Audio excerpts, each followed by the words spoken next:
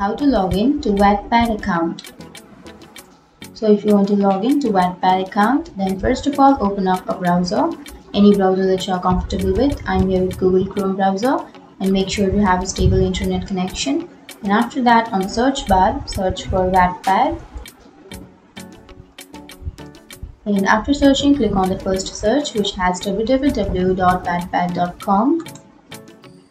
And now, if you want to log in, click on login, which is on the upper right corner.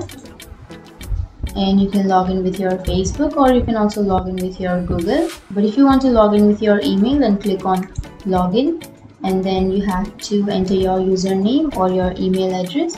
And after entering that, you have to enter your password. But if you forgot your password, then you can click on forgot password, and then you can reset your password by reading these instructions.